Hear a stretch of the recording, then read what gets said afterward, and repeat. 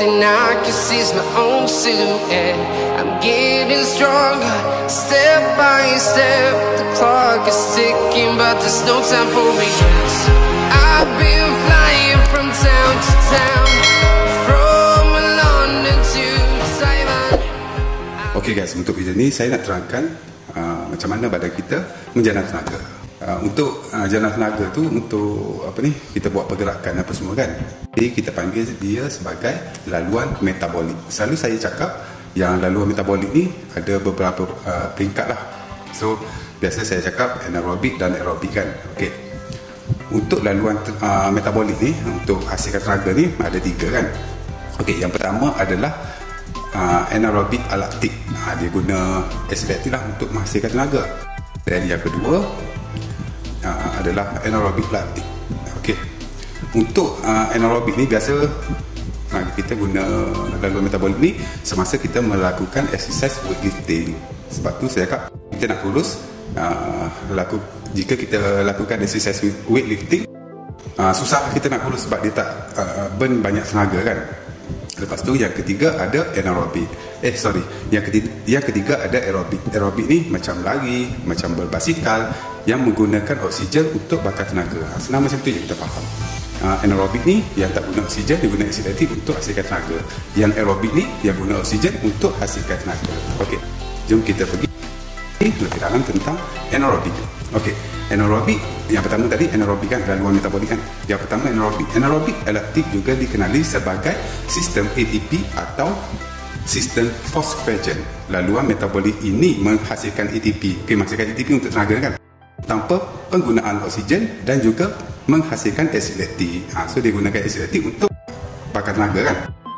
Lepas tu dia ada yang kedua iaitu anaerobik laktik. Tadi alaktik kan. Okey, anaerobik laktik pula juga dikenali sebagai sistem glikolitik. Sistem laktik atau sistem anaerobik glikolisis. Kerana ini melibatkan penguraian glikogen untuk menghasilkan ATP. Laluan metabolik ini tidak memerlukan oksigen untuk tindak balas glikolisis, tetapi menghasilkan asid laktik sebagai bahan sampingan metabolik. So dia guna asid laktik.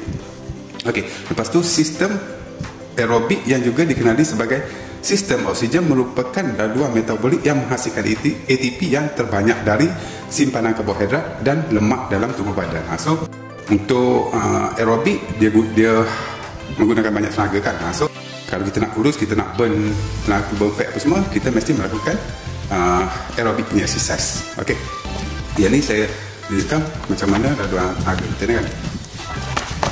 Okey, yang tadi kita cakap laluan metabolik ni ada 3 kan. Okey, yang pertama anaerobik alaktik. Tidak memerlukan oksigen untuk menghasilkan ATP, menghasilkan tenaga kan. Tidak menghasilkan asid laktik. Lepas tu sumber ATP dari simpanan otot. So dia tak ambil tak ambil tenaga dari tak ambil tenaga luar lah. Dia jana tenaga yang ada dekat kita punya otot je.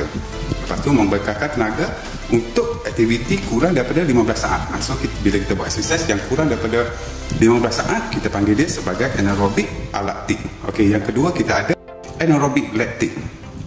Tidak memerlukan oksigen untuk menghasilkan tenaga, menghasilkan ATP, menghasilkan asid laktik. Lepas tu sumber ATP dari penguraian karbohidrat, glikogen dan glukosa. So macam glukosa ni kan, sebab tu kalau kita ambil manis, dia mengganggu badan kita lah, sebab gula ni dah memang glukosa kan. So bila kita ambil gula, dia tak guna karbohidrat untuk dijadikan tenaga. Sebab tu bila kita nak kurus, kita kena kurangkan manis. Lepas tu membekalkan tenaga untuk aktiviti antara 15 saat hingga ke 3 minit. Bila aktiviti senaman yang 15 saat ke 3 minit tu, jadi kita panggil dia sebagai anaerobik laktik. Okey, lepas tu yang last sekali aerobik memerlukan oksigen untuk aerobik punya metabolik ni memerlukan oksigen untuk menghasil ATP, untuk menghasilkan tenaga. Sumber ATP dari penguraian karbohidrat, lemak dan protein. Sebab tu kalau nak kurus, kita kena buat aerobik, sebab dia guna karbohidrat, lemak dan protein. Yang macam anaerobik tadi dia guna dia guna dekat kita simpanan muscle je kan. So yang ni dia ambil karbohidrat dan lemak ataupun protein untuk dijadikan tenaga, iaitu ATP. membekalkan tenaga untuk aktiviti melebihi 3 minit. Sebab tu kalau nak kurus, nak burn banyak kalori, saya cakap kita kena buat exercise laluan metabolik dia, iaitu aerobik. So sekarang dah faham lah kan kenapa kalau kita nak kurus, kita nak burn lemak apa semua, kita kena buat exercise aerobik yang melibatkan oksigen. So bila melibatkan oksigen, jadi pembakaran tenaga tinggi. Sebab tu bila kita nak kurus, kita nak burn fat, kena lakukan senaman aerobik. So macam saya cakap, kalau nak burn lagi banyak tenaga, nak burn lemak, kita kena buat macam lemak, nak guna lemak dijadikan tenaga, kita kena buat exercise tu melebihi 3 minit.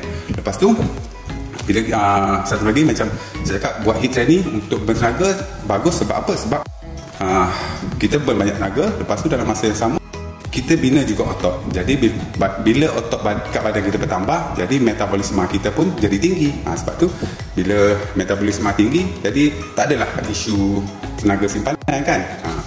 Dia lemak-lemak ni daripada tenaga yang tak digunakan oleh badan kita, tak digunakan semasa kita buat aktiviti apa-apa, tak guna tu, jika habis guna tenaga tu, jadi dia simpan, dia simpan dan jadi sebagai lemak tu dah. Sebab tu kalau lemak ni tenaga simpanan. Jadi kat sini kalau kita nak bakar lemak apa semua, kalau orang cakap minum ais boleh itu apa semua, sebenarnya tak mengganggu pun, sebab lemak duduk bawah kulit kan. Lepas tu satu lagi, macam kalau kita buat detox, macam cakap nak buang buang lemak kat perut apa semua kan, lemak duduk bawah kulit. So macam mana kan. Lepas tu orang cakap minum air batu, jadi kita punya lemak tu berketul. Semua tu adalah mitos.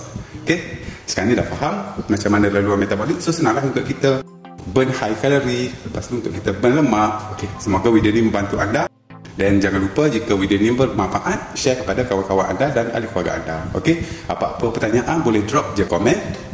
InsyaAllah kita sama-sama ni lah. Okey, jumpa lagi di next video. Bye bye and assalamualaikum. Peace.